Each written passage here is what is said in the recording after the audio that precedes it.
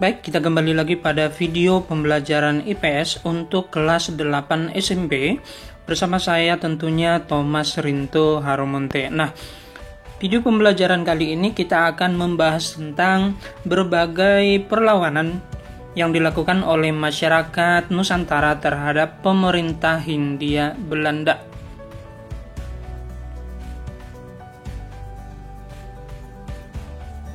Kita lihat yang pertama, Perang Saparua di Ambon. Nah, ketika Belanda kembali berkuasa di Indonesia pada tahun 1817, rakyat Ambon mengadakan perlawanan yang di bawah pimpinan Thomas Matulesi atau kita kenal juga dengan Pattimura ya. Nah, Pattimura memimpin perlawanan di Saparua dan berhasil merebut benteng Belanda, benteng pertahanan Belanda maksudnya, serta membunuh Residen Vandenberg yang memang ini adalah orang Belanda gitu ya.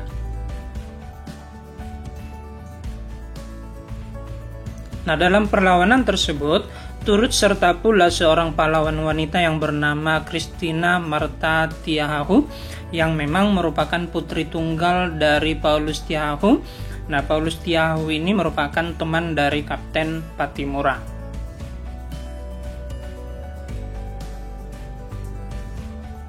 Nah, perlawanan Pattimura dapat dikalahkan oleh Belanda setelah bantuan Belanda dari Batavia datang. Nah, Pattimura bersama 3 pengikutnya ditangkap dan kemudian dihukum gantung atau dihukum mati ya. Nah, lalu yang kedua, Perang Padri di Sumatera Barat, di mana terjadi pada tahun 1821 hingga 1838. Nah, daerah Sumatera Barat merupakan salah satu pusat gerakan kebangkitan Islam di Indonesia pada masa itu. Nah, di mana gerakan pemurnian ajaran Islam dibawa oleh para haji yang pulang dari Mekah. Nah, tokohnya yang terkenal ada Haji Miskin, Haji Sunani, kemudian ada Haji Piobang gitu ya. Nah, kelompok pembaharu Islam di Sumatera Barat ini disebut sebagai kaum Padri. Nah, mereka terpengaruh oleh para pembaharu Islam yang ada di Timur Tengah atau daerah Palestina, daerah Yordania sekitarnya gitu ya, dan menggelorakan semangat kembali pada kebangkitan Islam. Nah, ide pembaharuan kaum Padri berbenturan tentunya dengan kelompok adat atau kaum penghulu yang ada di Sumatera Barat. Belanda memanfaatkan perselisihan tersebut dengan mendukung kaum adat yang posisinya lebih terjepit daripada kaum pembaharu yaitu kaum Padri tersebut ya. Nah, perlawanan kaum Padri dengan sasaran utama Belanda meletus tahun 1821. Kaum Padri yang dipimpin oleh Tuanku Imam Bonjol ya. Kemudian ada juga Tuanku Nan Cerdik, Tuanku Tambusai, dan Tuanku Nan Alahan. Mereka memimpin perlawanan terhadap Belanda ya. Perlawanan kaum Padri berhasil membuat Belanda terpojok. Nah, sementara Belanda menghadapi perlawanan Pangeran Diponegoro pada masa itu, yaitu 1825 sampai 1830, Belanda sadar bahwa apabila pertempuran dilanjutkan, Belanda akan kalah dalam Perang Padri di Sumatera Barat gitu ya, karena mereka melawan 2 kekuatan yang besar, yaitu perlawanan Pangeran Diponegoro, kemudian perlawanan kaum Padri di Sumatera Barat. Nah, Belanda pun mengajak kaum Padri berdamai ya. Nah, seperti biasa, ketika Belanda tidak mampu melawan kerajaan-kerajaan pada masa itu dengan kekerasan, mereka mengambil siasat dengan perundingan gitu ya, perdamaian. Nah, diwujudkan perdamaian atau perundingan itu di daerah Bonjol pada tanggal 15 November 1825. Nah, selanjutnya Belanda berkonsentrasi ke Perang Diponegoro. Jadi sebenarnya ini adalah siasat Belanda untuk mengalahkan satu persatu. Belanda tidak mengalahkan sekaligus, begitu ya. Nah, setelah Diponegoro berhasil dikalahkan, barulah mereka nanti menyerang kerajaan-kerajaan yang lain, termasuk juga Padri yang ada di Sumatera Barat tadi. Nah, setelah Belanda berhasil memadamkan perlawanan di Diponegoro, seperti yang saya katakan tadi, Belanda kembali menyerang Padri. Kaum adat yang semula bermusuhan dengan kaum Padri memang akhirnya mendukung Padri, termasuk juga ada bantuan yang berasal dari Aceh. Nah, dengan demikian Belanda tidak menghadapi serangan yang kita katakanlah tidak kuat, tetapi sangat kuat gitu ya, karena kaum Padri didukung oleh bantuan yang berasal dari Aceh, kemudian didukung juga oleh kaum adat yang ada di daerah Sumatera Barat juga. Nah, Belanda menerapkan sistem pertahanan benteng stelsel ya. Benteng Fort de Kock di Bukit Tinggi dan benteng Fort van der Kapellen merupakan dua benteng pertahanannya ya. Dengan siasat tersebut Belanda akhirnya menang, yang ditandai dengan jatuhnya benteng pertahanan terakhir Padri di daerah Bonjol tahun 1837. Nah, pada akhirnya Tuanku Iman Bonjol juga ditangkap, kemudian diasingkan ke daerah Priangan, kemudian ke Ambon, dan terakhir ke Manado hingga wafat pada tahun 1864. Nah, berakhirnya Perang Padri membuat kekuasaan Belanda di Minangkabau semakin besar dari Sumatera Barat ya. Keadaan ini kemudian mendukung usaha Belanda untuk menguasai wilayah-wilayah lain yang ada di Pulau Sumatera.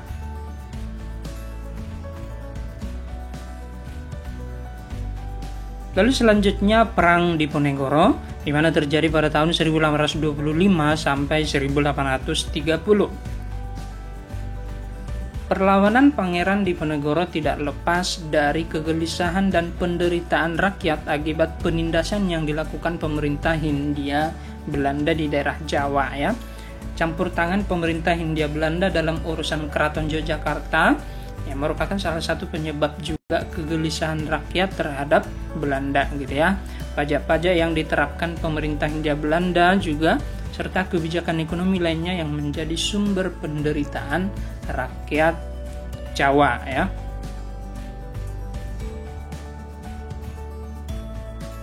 Nah, seperti misalnya Belanda campur tangan dalam urusan politik kerajaan Yogyakarta ketika tahun 1822 Sultan Hamengkubuwono yang keempat wafat gitu ya. Di dalam keraton muncul perselisihan tentang penggantinya. Nah, saat itu putra mahkota baru yang masih berumur 3 tahun itu diangkat menjadi Sultan Hamengkubuwono yang kelima ya. Kita bisa bayangkan pengganti raja atau pengganti sultan itu usianya masih 3 tahun ya. Begitu. Jangankan memerintah, berbicara saja belum dimengerti oleh orang dewasa gitu kan. Belum mampu berbicara dengan baik, menganalisa pembicaraan orang dewasa gitu ya. Nah, kita tahu bahwa ini merupakan salah satu campur tangan Belanda juga, di mana memang sangat menguntungkan mereka untuk menguasai daerah Yogyakarta, termasuk juga daerah Jawa sekitarnya ya. Lalu kemudian saat membangun jalan baru yang dilakukan oleh Belanda pada bulan Mei 1825, di mana Belanda dan Patih Danurejo memasang patok-patok pada tanah leluhur Diponegoro. Nah, ini menunjukkan bahwa ini merupakan penghinaan terhadap Diponegoro gitu ya. Nah, sekilas bahwa Patih Danurejo merupakan tokoh Yogyakarta yang pada saat itu bekerja sama dengan Belanda, di mana Patih Danurejo ini merupakan seorang yang haus akan kekuasaan, haus akan harta, haus akan pujian dari masyarakat, pengakuan dari masyarakat begitu ya. Nah, lalu karena pemasangan patok tersebut terjadi perselisihan antara Belanda dengan pengikut Diponegoro, di mana pengikut Diponegoro mencabuti begitu ya patok-patok tersebut ya. Nah, kemudian Belanda segera mengutus serdadu untuk menangkap Pangeran Diponegoro, di mana Belanda meyakini bahwa yang menyuruh untuk mencabuti patok-patok tersebut adalah Diponegoro gitu ya. Kemudian tanggal 20 Juli 1825, Tegalrejo yang menjadi basis pengikut atau pendukung Diponegoro direbut dan dibakar oleh Belanda, dikuasai oleh Belanda. Nah, dengan demikian Diponegoro mundur dari daerah Yogyakarta gitu ya.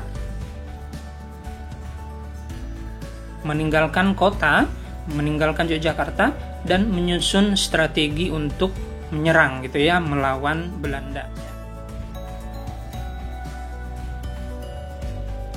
Nah, Belanda berusaha membujuk para pejuang dengan memulangkan Hamengkubuwono yang kedua dari pengasingannya di Ambon. Ya. Nah, namun langkah ini gagal memadamkan perlawanan terhadap para pengikut Diponegoro, gitu ya.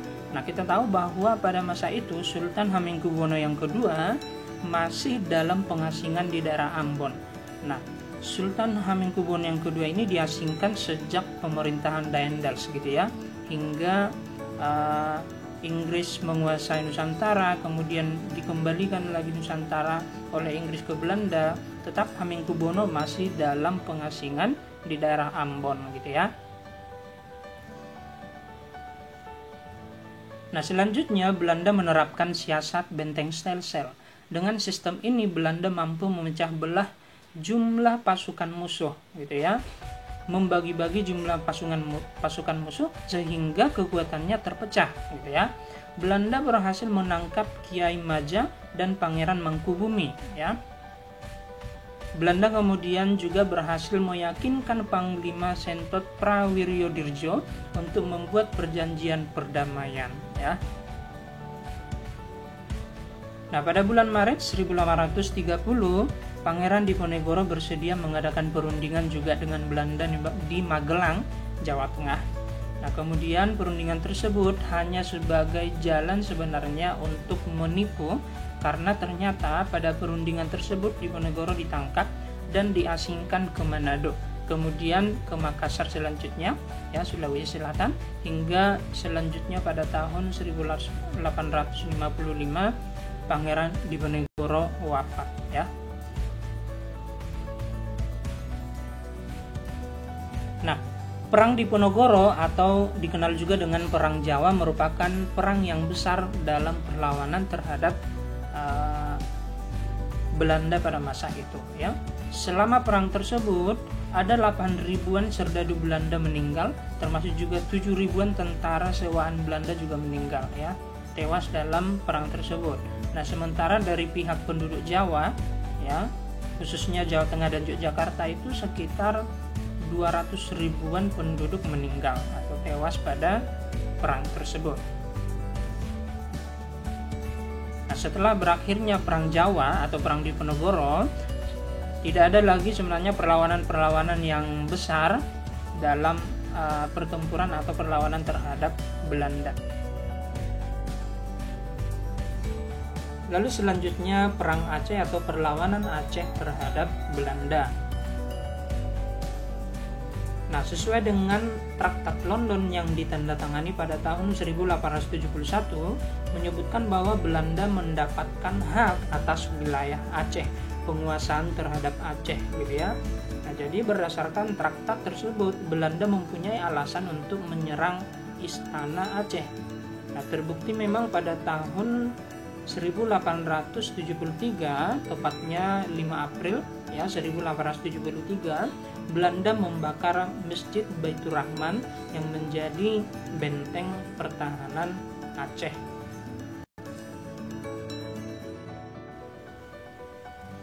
Nah, semangat jihad yang dimiliki oleh masyarakat Aceh, yaitu perang membela agama Islam, menggerakkan perlawanan masyarakat Aceh sehingga memang sangat sulit ditumpas oleh Belanda saat itu.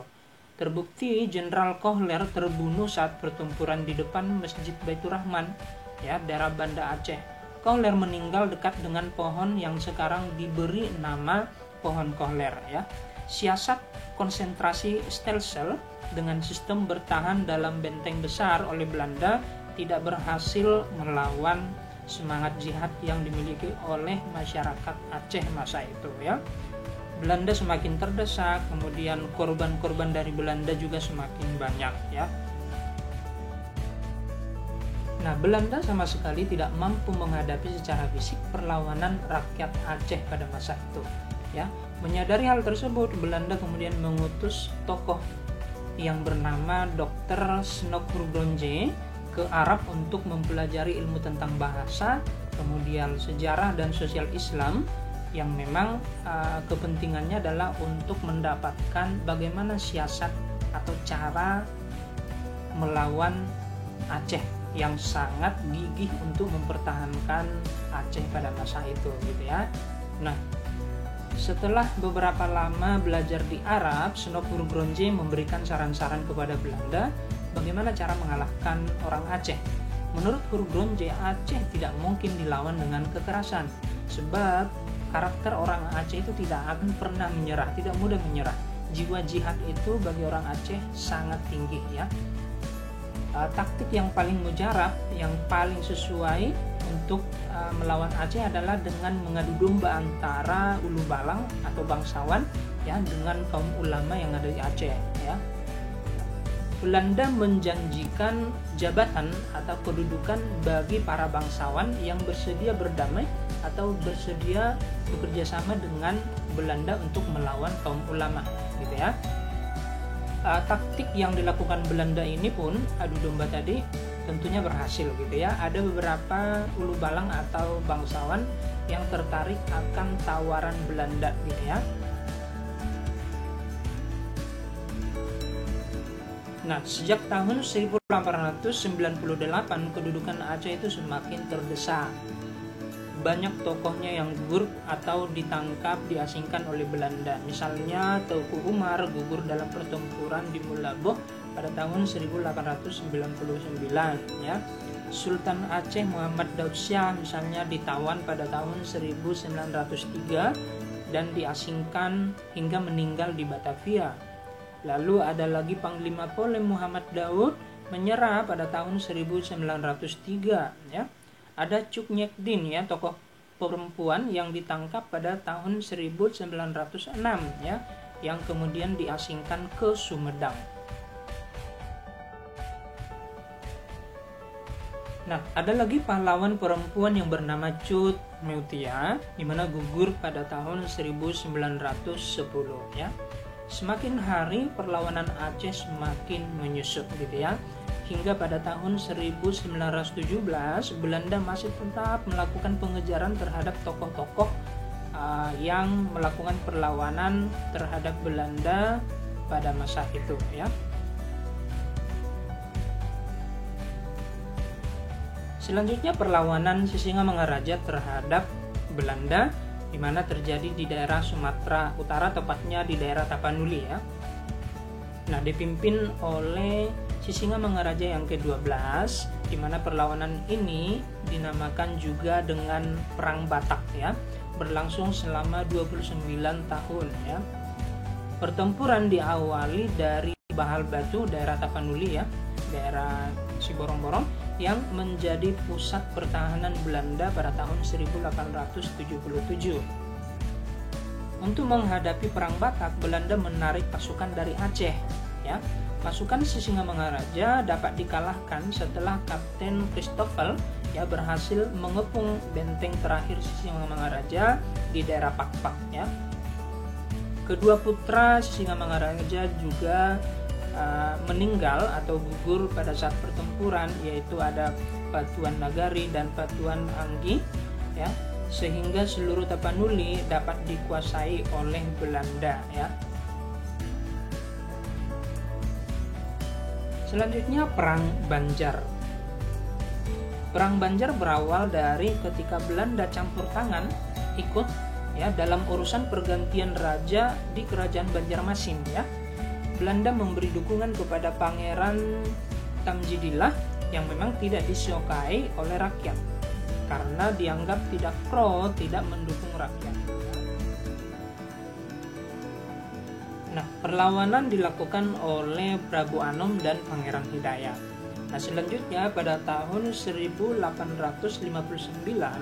Pangeran Antasari memimpin perlawanan setelah Prabu Anom ditangkap oleh Belanda ya.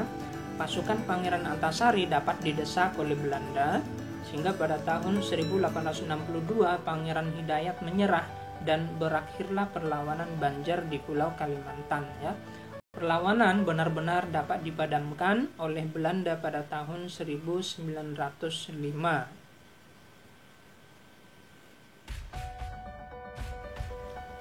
Nah, yang terakhir adalah Perang Jagaraga di Bali ya. Perang Jagaraga berawal ketika Belanda dan kerajaan di Bali bersengketa tentang hak tawan karang yang dimiliki oleh kerajaan Bali sudah sejak lama gitu ya. Hak tawan karang ini menyatakan bahwa setiap kapal yang kandas atau terdampar di perairan Bali itu menjadi hak penguasa atau hak kerajaan Bali gitu ya. Pemerintah Belanda memprotes Raja Buleleng yang menyita 2 kapal milik Belanda yang terdampar di daerah Bali ya. Raja Buleleng tidak menerima tuntutan Belanda untuk mengembalikan kedua kapalnya karena memang sudah sejak lama hak tawan karang dimiliki oleh kerajaan Bali gitu ya. Nah, Belanda melakukan serangan terhadap kerajaan Buleleng pada tahun 1846. Belanda kemudian berhasil menguasai kerajaan Buleleng, sementara Raja Buleleng menyingkir ya ke Jagaraga dibantu oleh kerajaan Karangasem ya. Setelah berhasil merebut benteng Jagaraga, Belanda menyerang 2 kerajaan lainnya di Bali yaitu Kerajaan Gianyar dan Kerajaan Klungkung ya pada tahun 1906. Pada akhirnya juga seluruh kerajaan di Bali jatuh ke pihak Belanda, dikuasai oleh Belanda gitu ya. Nah, sementara pada saat Belanda menyerang berbagai kerajaan yang ada di Bali, masyarakat melakukan habis-habisan perlawanan gitu ya. Masyarakat melakukan perang secara habis-habisan hingga mati ya. Nah, perang sampai habis-habisan ini dikenal dengan istilah puputan Jagaraga ya. Nah, sekian pembelajaran kita pada kali ini. Sekali lagi jika Anda memiliki pertanyaan seputar tentang materi yang kita bahas pada video ini, Anda bisa membuatnya pada bagian komentar video ini ya. Akhir kata saya mengucapkan selamat belajar dan tetap semangat.